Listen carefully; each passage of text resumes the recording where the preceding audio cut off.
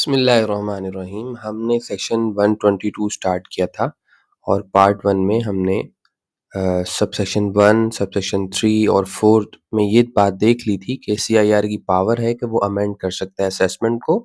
First amendment भी कर सकता है और फर्दर अमेंडमेंट भी as many time deem necessary वो कर सकता है। उसके बाद हमने कहा था कि ठीक है, ऑर्डर तो वो फर्स्ट टाइम करेगा तो 122(1) में बना देगा और फर्दर असेसमेंट करेगा तो 122(4) में बना देगा। लेकिन रीज़न्स क्या होंगी ऑर्डर करने की? तो हमने एक रीज़न लास्ट सेशन में 122(5)(a) की पढ़ ली थी, जिसमें हमने ये कहा कि जो असेसमेंट है 120 का वो उसे एरेनियस और प्रेजुडिकल टू द इंटरेस्ट होना चाहिए। Prejudicial to the interest of revenue होना चाहिए। 120 का असेसमेंट हो या कोई 122 121 की फर्स्ट असेसमेंट को भी चेंज किया जा सकता है 122(5) की रीज़न में। तो जो भी असेसमेंट ऑर्डर है, ये देखें लिखा है असेसमेंट ऑर्डर, उसको एरेनियस होना चाहिए। और ये मैंने कहा था कि अब एरेनियस होना वो आपसे डॉक्यूमेंट लेके तय नहीं करेगा, बल्कि उसको अपना माइंड अप्लाई करना है कमिश्नर को और ये एस्टैब्लिश करना है इस फैक्ट को कि और सैटिस्फाई होना है कि जी हाँ, ये असेसमेंट ऑर्डर एरेनियस है और वो आपको शो कॉज़ करेगा। अब ऑर्डर करने की 2 रीज़न्स थी ना, 122(5)(a) हमने पढ़ लिया। अब एक और रीज़न की तरफ हम आते हैं, वो रीज़न है 122(5). ये रीज़न क्या है? ये रीज़न ये है कि अगर आपका ऑडिट होता है, ऑडिट कैसे होता है? ऑडिट ऐसे होता है कि one section 120 sub section 1A में कमिश्नर के पास पावर है कि वो किसी भी टैक्स पेयर को ऑडिट के लिए सेलेक्ट कर लेता है। तो ये कमिश्नर की डिस्क्रिशनरी पावर है।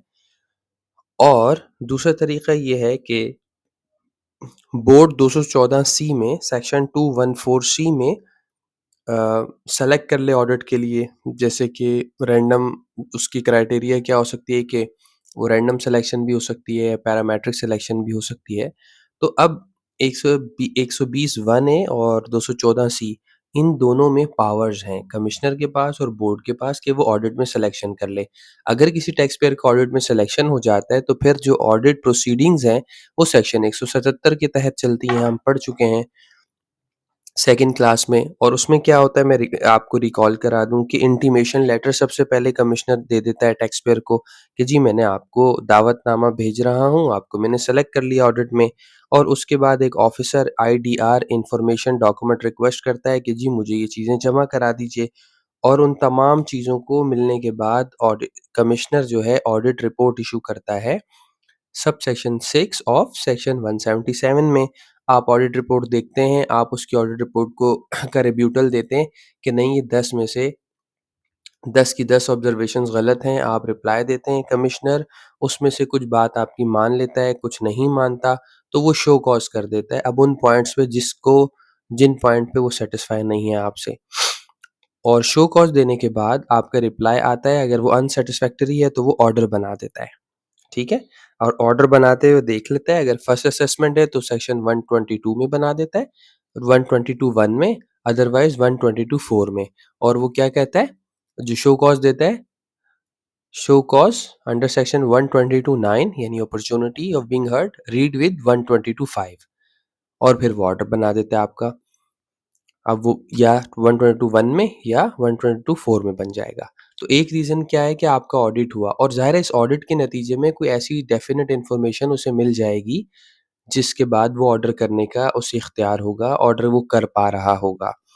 अच्छा, एक रीज़न तो ऑडिट हो गई, दूसरी reason definite information. Definite information की डेफ़िनेशन मौजूद है, लेकिन यहाँ समझने के लिए डेफ़िनिट इन्फॉर्मेशन ऐसी इन्फॉर्मेशन है जो कि पक्की पक्की इन्फॉर्मेशन है, यानी कच्ची नहीं है, एक वेग सी और इनकम्प्लीट सी रिकॉर्ड नहीं है, बल्कि definite information is a complete record, authentic record. ये आपको थर्ड पार्टी से मिल जाती है, जैसे कि बैंक्स हैं, जैसे कि एक्साइज़ एंड टैक्सेशन डिपार्टमेंट हैं, जैसे कि इंश्योरेंस पॉलिसीज़ हैं, जैसे कि म्यूचुअल फंड्स हैं वगैरह-वगैरह। फॉर एग्ज़ाम्पल, इसकी एग्ज़ाम्पल ले लें, फॉर एग्ज़ाम्पल एक साहब ने गाड़ी ली, कोरोला जीएलआई, और उसको हम एग्ज़ाम्पल में भी इसको देखेंगे, उसको आगे टेस्ट योर नॉलेज में। अब च कोरोला जीएलआई उसने ली और अपनी वेल्थ में शो नहीं की, लेकिन आईआरएस पे तो उसका टैक्स कटा हुआ था और वो एमआईएस पे अमाउंट आ रहा था कि इन्होंने ये गाड़ी ली है, उस पे फाइलर का टैक्स कटा हुआ है।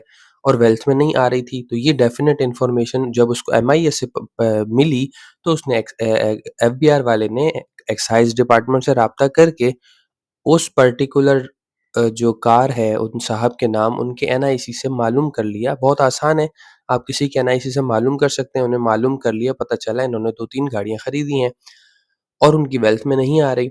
जब वेल्थ में नहीं आ रही तो वो अब नोटिस करेंगे टैक्स पेयर को। क्या कहेंगे? वो कहेंगे show cause under section 122(9) read with 122(5) क्यों?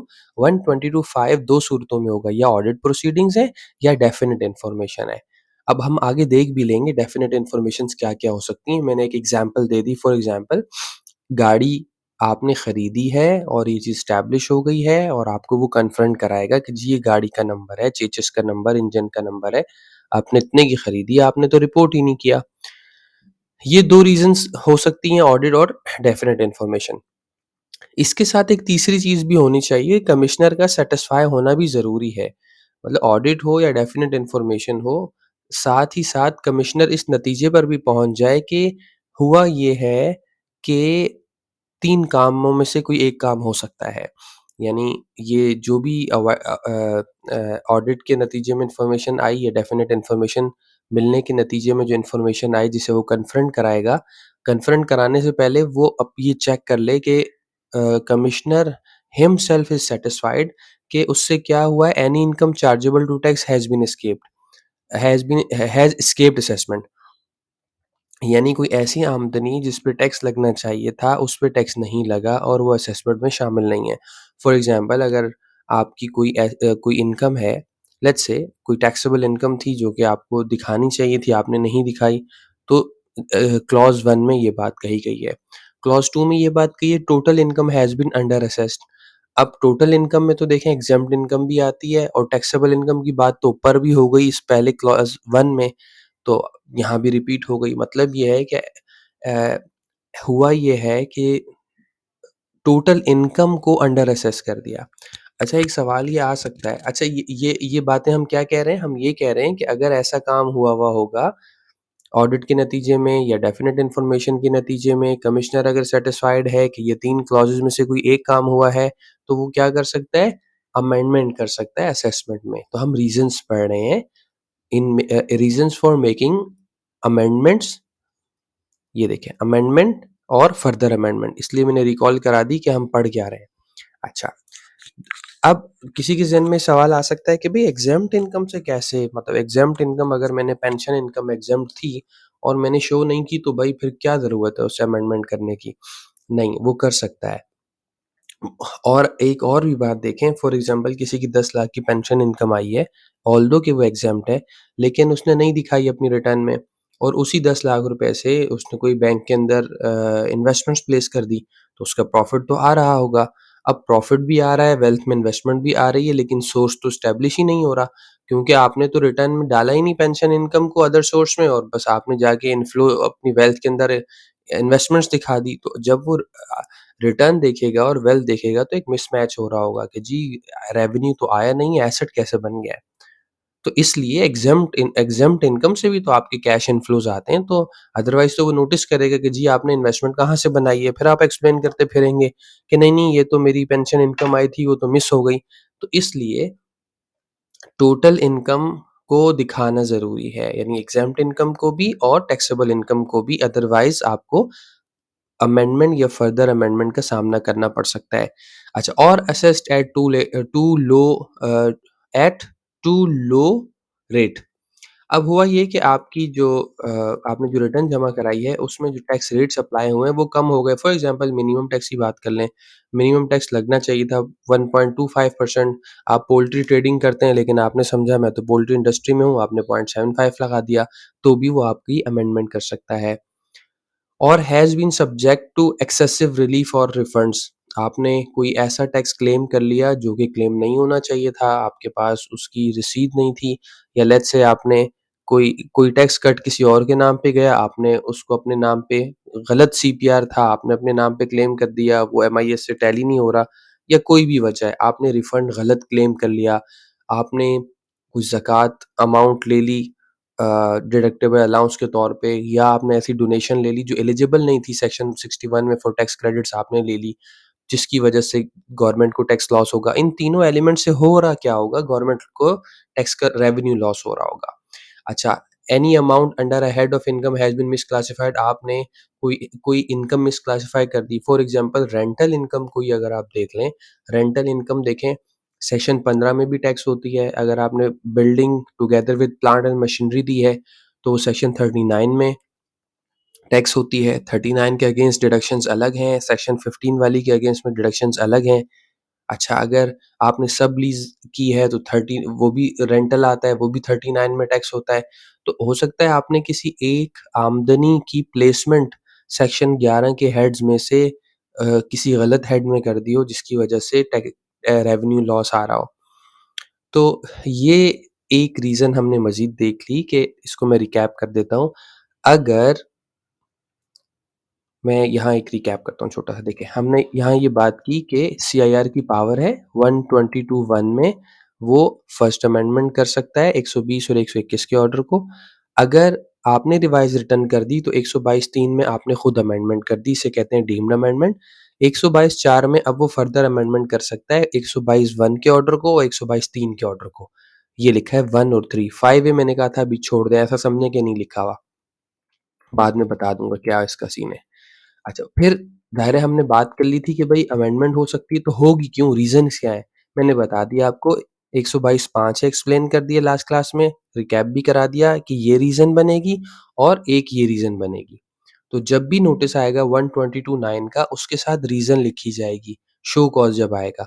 तो रीज़न में कमिश्नर साहब देखेंगे कि कौन-सी रीज़न लिखूँ। अगर मैं 122(5)A में अमेंडमेंट करने का इरादा रखता हूँ तो लिखेगा 122(9) रीड विद 122(5)A, व वरना वो लिखेगा अगर 122(5)A 5 में ऑडिट या डेफिनिट इन्फॉर्मेशन की वजह से वो असेसमेंट करना चाहता है तो वो लिखेगा 122(9) रीड रीड विद 122(5)। आगे चलते हैं। अब हम टाइम फ्रेम भी देख लेते हैं।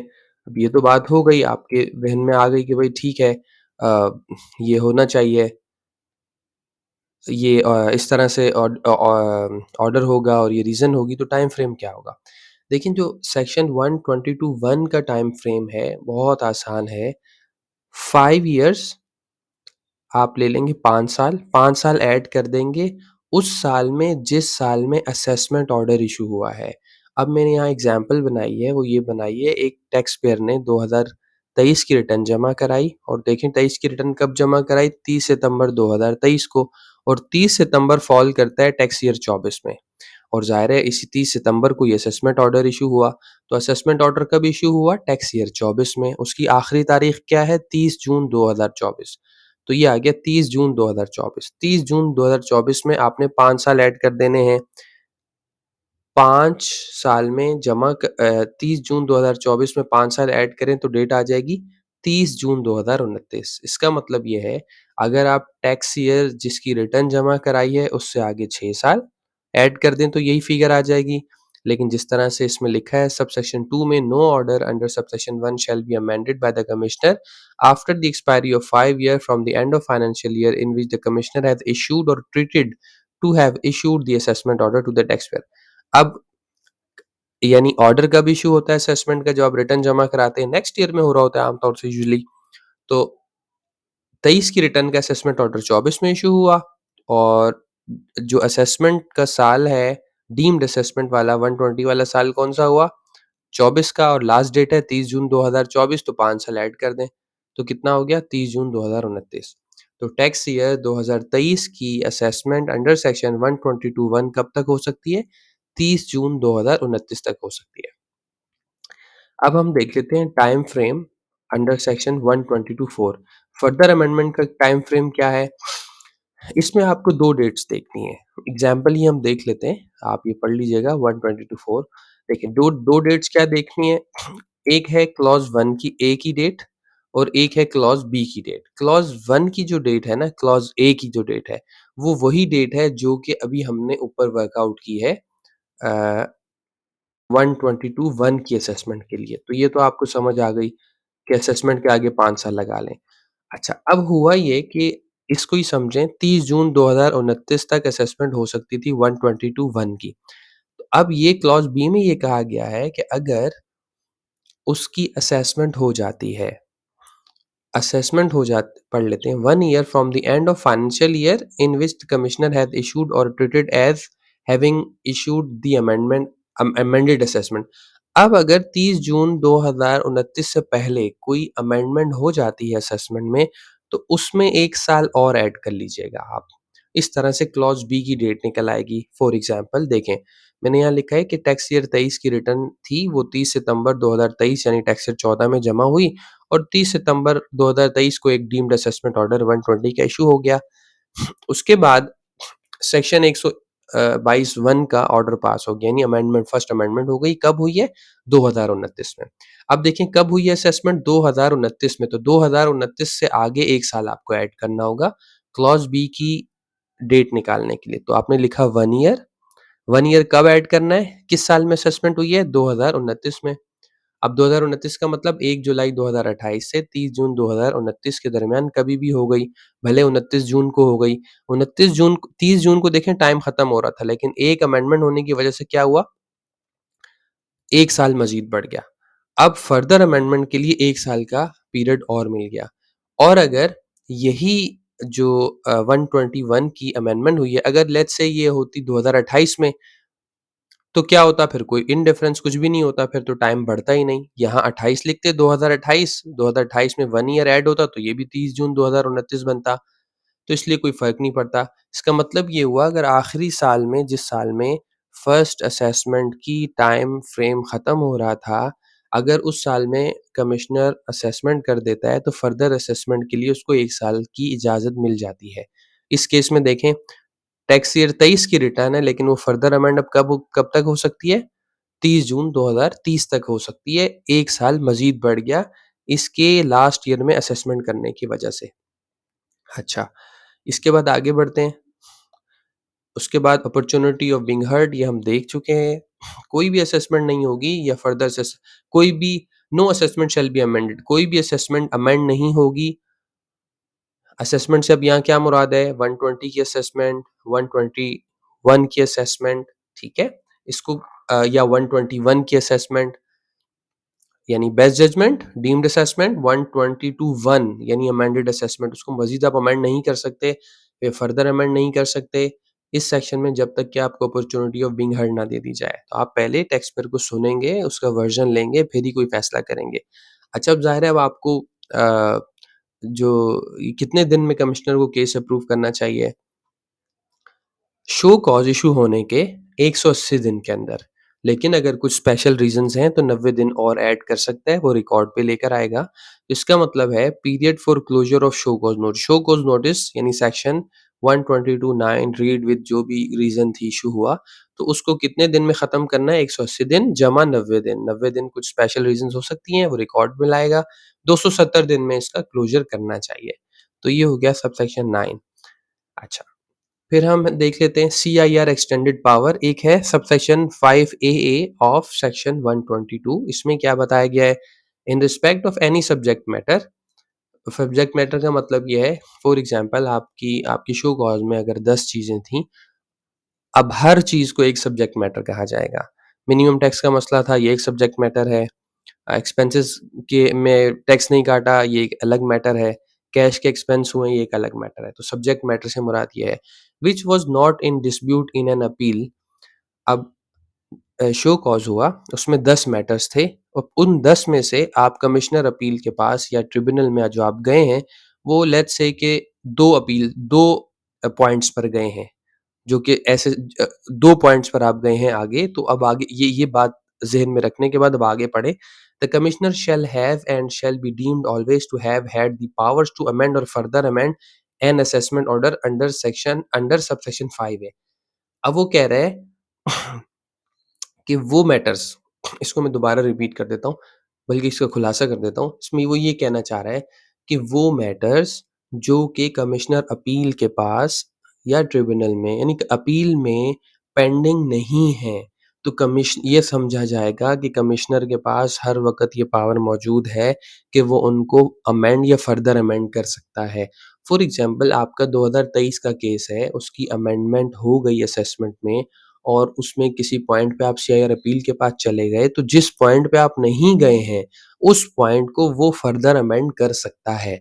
इसको इन अदर वर्ड्स यूँ कह सकते हैं, the commissioner CIR is not authorised to conduct assessment, इसको कह दें to conduct amendment in assessment, ठीक है? ये चेंज कर दीजिए, to conduct amendments in assessment on matters that are currently under appeal. तो जो सब्जेक्ट मैटर अपील में है उसको तो वो नहीं छेड़ेगा।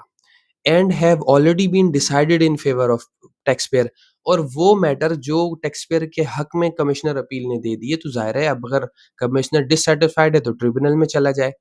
उसको फर्दर अमेंड नहीं कर सकता। लेकिन वो चीज़ें, इसका मतलब है वो चीज़ें जिस पे टैक्स पेयर ने अपील नहीं की है या हाँ, अपील नहीं की है, तो उसको वो मज़ीद अमेंड कर सकता है, फर्दर अमेंड कर सकता है।